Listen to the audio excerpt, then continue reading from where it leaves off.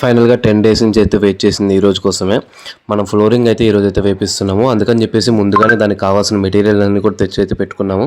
కానీ ఈ మిషన్ అయితే ఏదైతే ఉంది కదా, ఇదైతే ఆటోమేటిక్ మిషన్. అన్నీ అదే తీసేసుకుంటుంది. కంకరు, ఇసుక, అలానే వాటరు ఎంత క్వాంటిటీలో కావాలో అంతే క్వాంటిటీలో తీసుకొని సమానంగా అయితే చేస్తుంది. అందుకని చెప్పేసి మనం 10 డేస్ ఈ మిషన్ కోసం అయితే వెయిట్ చేసాము.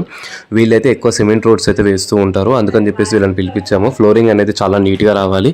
ఎక్కడ కూడా గుంతలు పడకుండా, అలానే వాటర్ ఫ్లూయెంట్ 30 సెకండ్స్లో కిందకి వెళ్ళిపోయేటట్టు ఉండాలి. అందుకని చెప్పేసి ఈ మిషన్ అయితే పిలిపించాము. వాళ్ళైతే పర్ఫెక్ట్గా వేస్తారని చెప్పేసి.